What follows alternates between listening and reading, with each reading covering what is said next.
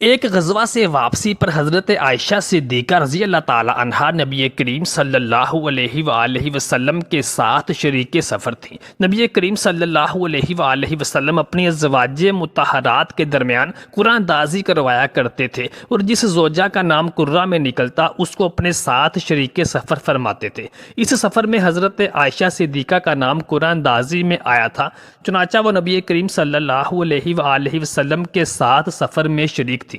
اس واقعہ کو واقعہ افق بھی کہا جاتا ہے۔ افق کے لغوی معنی بات کو الٹ دینے کے ہیں، حقیقت کے خلاف کچھ بنا دینا۔ اسی مناسبت سے اس کا معنی جھوٹ اور افتراء کیے جاتے ہیں۔ اگر یہ الزام کسی حوالے سے بولا جائے تو اس کا معنی بہتان بن جاتا ہے، بدترین قسم کا جھوٹ جو حق کو باطل سے اور باطل کو حق سے بدل دے، پاک دامن کو فاسق سے اور فاسق کو پاک دامن بنا دے، افق کہلاتا ہے۔ حضرت عائشہ صدیقہ رضی اللہ تعالی عنہا لشکر کے روانگی سے کچھ پہلے لشکر سے باہر رفع حاجت کے لیے تشریف لے گئیں۔ جب سیدہ عائشہ صدیقہ رضی اللہ تعالی عنہا رفع حاجت سے فراغت پانے کے بعد واپس قافلے کی طرف روانہ ہوئیں تو انہوں نے کیا دیکھا کہ ان کے گلے میں پہنا ہوا ایک قیمتی ہار کہیں گر گیا ہے۔ چنانچہ وہ اس ہار کو ڈھونڈنے کے لیے واپس اسی مقام پر پہنچیں، اور اس ہار کو تلاش کر لینے کے بعد جب وہ واپس قافلے کے پاس آئیں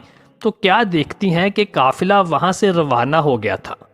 تاریخ ابن کثیر کے مصنف اس موقع پر لکھتے ہیں کہ حضرت عائشہ صدیقہ رضی اللہ تعالی عنہا نوعمر تھیں اور ان کا وزن بہت کم اور ہلکا تھا۔ یہی وجہ تھی کہ ان کی سواری کا ہودج اٹھانے والے لوگوں کو ان کا وزن محسوس نہ ہوتا تھا۔ چنانچہ جب انہوں نے خالی ہودج کو اٹھایا تو انہوں نے یہی قیاس کیا کہ سیدہ عائشہ صدیقہ رضی اللہ تعالی عنہا ہودج کے اندر موجود ہیں۔ چنانچہ وہ ویسے ہی ہودج کو اٹھا کر قافلے کے ساتھ روانہ ہو گئے۔ حضرت عائشہ صدیقہ رضی اللہ تعالی عنہا جب واپس آئیں اور قافلے کو نہ پایا تو نہایت پریشان ہوئیں، اور وہیں پر بیٹھ کر کہ اگلی منزل پر وہ قافلے والے مجھے ہودج میں نہ پائیں گے تو ڈھونڈیں گے، تو یہی خیال کر کے وہ وہیں پر بیٹھ کر انتظار کرنے لگیں۔ ایک صحابی حضرت صفوان بن معطل رضی اللہ تعالی عنہ، جن کی ڈیوٹی نبی معظم صلی اللہ علیہ وآلہ وسلم نے یہ لگائی تھی کہ وہ قافلے سے پیچھے رہا کرتے تھے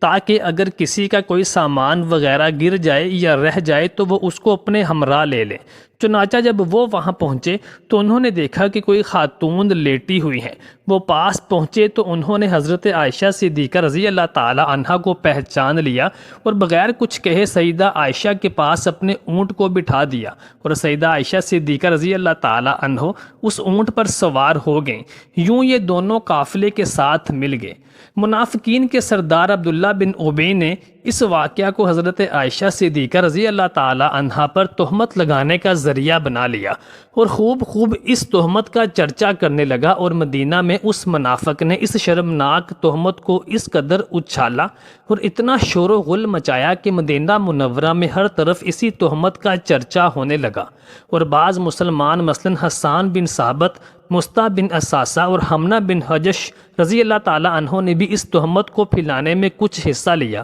حضور اقدس صلی اللہ علیہ وآلہ وسلم کو اس شر انگیز تہمت سے بے حد رنج اور صدمہ پہنچا۔ اس موقع پر عبداللہ بن ابی نے کئی ایک مقاصد حاصل کرنے کی کوشش کی۔ ایک طرف تو رسول خدا صلی اللہ علیہ وآلہ وسلم اور سیدنا ابو بکر صدیق رضی اللہ تعالی عنہ کی عزت پر حملہ کیا، اور یہ تہمت ایسے انداز سے لگائی کہ مسلمانوں میں سے بھی کچھ صحابہ کرام علیہ اجمعین اس کو سچ سمجھنے لگے۔ دوسری طرف اس نے اسلامی تحریک کے بلند اخلاق کو گرانے کی کوشش کی، اور نبی رحمت صلی اللہ علیہ وآلہ وسلم کی سالوں کی محنت جو آپ صلی اللہ علیہ وآلہ وسلم نے اسلام کی تبلیغ کے لیے کی تھی اس کو بھی ملیا میٹ کرنے کی کوشش کی۔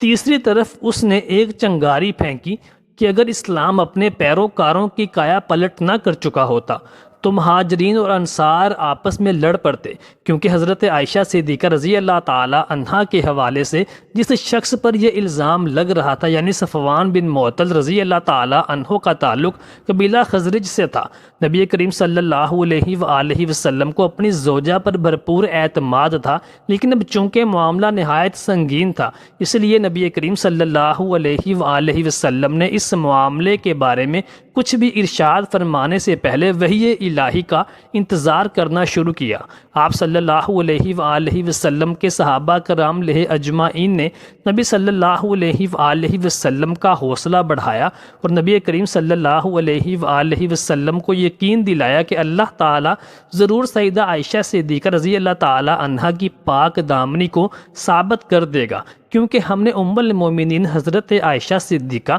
رضی اللہ تعالیٰ عنہا میں کبھی کوئی ایسی بات آج تک نہیں دیکھی۔ ادھر سیدہ عائشہ صدیقہ رضی اللہ تعالیٰ عنہا بھی غم سے اور صدمے سے نڈھال تھیں، اور آپ جان چکی تھیں کہ آپ کے اوپر منافقین نے گھنونا الزام اور تہمت لگائی ہے۔ چنانچہ آپ نے نبی رحمت صلی اللہ علیہ وآلہ وسلم سے اجازت طلب کی اور اپنے والد گرامی سیدنا ابو بکر صدیق رضی اللہ تعالیٰ عنہ کے گھر پر تشریف لے گئیں۔ نبی کریم صلی اللہ علیہ وآلہ وسلم بھی ایک دن حضرت ابو بکر صدیق رضی اللہ تعالیٰ عنہ کے گھر میں موجود تھے، اور ابھی تمام لوگ اپنی اپنی جگہ پر بیٹھے تھے کہ اچانک نبی صلی اللہ علیہ وآلہ وسلم پر وحی نازل ہونے لگی، اور آپ صلی اللہ علیہ وآلہ وسلم پر نزول وحی کے وقت بے چینی شروع ہو گئی۔ شدید سردی کے موسم میں بھی آپ صلی اللہ علیہ وسلم کے بدن مبارک سے پسینے کے قطرے ٹپکنے لگے۔ وحی اترنے کے بعد رسول اللہ صلی اللہ علیہ وآلہ وسلم نے مسکراتے ہوئے فرمایا، اے عائشہ، تم خدا کا شکر بجا لاؤ اور اس کا شکر ادا کرتے ہوئے اس کی حمد و ثنا کرو کہ اس نے تمہاری برات اور پاک دامنی کا اعلان فرما دیا ہے۔ پھر آپ صلی اللہ علیہ وآلہ وسلم نے قرآن مجید کی سورہ نور میں سے 10 آیاتوں کی تلاوت فرمائی، جو آیت نمبر 11 سے شروع ہو کر آیت نمبر 20 پر ختم ہوتی ہیں۔ ان آیات کے نزول کے بعد منافقین کا منہ کالا ہو گیا، اور ام المومنین حضرت عائشہ صدیقہ رضی اللہ تعالی عنہا کی پاک دامنی کا آفتاب اپنی پوری آب و تاب کے ساتھ اس طرح سے چمک اٹھا کہ قیامت کے دن تک آنے والے مسلمانوں کے دلوں میں نور ایمان سے اجالا ہو گیا۔ نبی کریم صلی اللہ علیہ وآلہ وسلم نے مسجد نبوی میں ایک خطبہ ارشاد فرمایا اور اس کے بعد سورہ نور کی آیاتیں تلاوت فرما کر مجمع عام کو سنا دی، اور تہمت لگانے والوں میں سے حضرت حسان بن ثابت، مصطح بن اساسہ، حمنہ بن حجش اور رئیس المنافقین عبداللہ بن ابی، ان 4 کو حد قذف کی سزا میں 80 درے یعنی کوڑے مارے گئے۔ جب حضرت یوسف علیہ السلام پر الزام لگا تو ایک بچے نے ان کی پاک دامنی کی شہادت دی۔ جب حضرت مریم سلام اللہ علیہ پر تہمت لگی تو ان کی پاک دامنی کا اعلان ان کے فرزند حضرت عیسیٰ علیہ السلام سے کروایا گیا، لیکن ام المومنین حضرت عائشہ صدیقہ رضی اللہ تعالی عنہا کو یہ دائمی اعزاز حاصل ہے کہ جب حضرت عائشہ صدیقہ رضی اللہ تعالی عنہا پر تہمت لگی تو اللہ تعالیٰ نے خود 10 آیات قرآن مجید میں نازل فرما کر آپ کی پاک دامنی ثابت کی۔ اب ان آیات کی تلاوت رہتی دنیا تک ہوتی رہے گی۔ محترم ساتھیوں، امید کرتے ہیں کہ آپ کو ہماری آج کی ویڈیو پسند آئی ہوگی۔ برائے مہربانی ہمارے چینل کو سبسکرائب کیجیے اور ویڈیو کو لائک اور شیئر کرنا مت بھولیے۔